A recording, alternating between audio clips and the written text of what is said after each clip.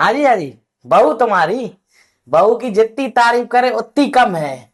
पूरे घर को वही संभाले है। अच्छा। या जी, बहू तुम्हारी रोटी पानी से लेके सब काम में सर्वगुण संपन्न है। पति की तो सुनता ही है, अपनी सास की सेवा करत है, हमारी करत है, और पूरे रिश्तेदारों की सेवा करत है, और पूरे खानदान में हमारे नाक ऊंची कर दी है। सीते जी स्वर्ग मिल गयो, अब भगवान से और कोई अपेक्षा ही नहीं है।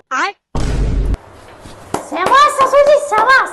पूरे रिश्तेदारों में यहाँ से तारीफ करने आई तुम्हें। अगर तुमने कछु और कही तुम्हारे जी घोड़े ना काट के रख दे और जाए बिलाओ समाओ। चुपचाप धो दे, पर्दे खोने दे।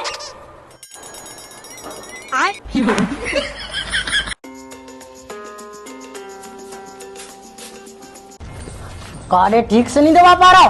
का होगा पत्नी जी? हाथ में बिल्कुल जान नहीं है कतेरी।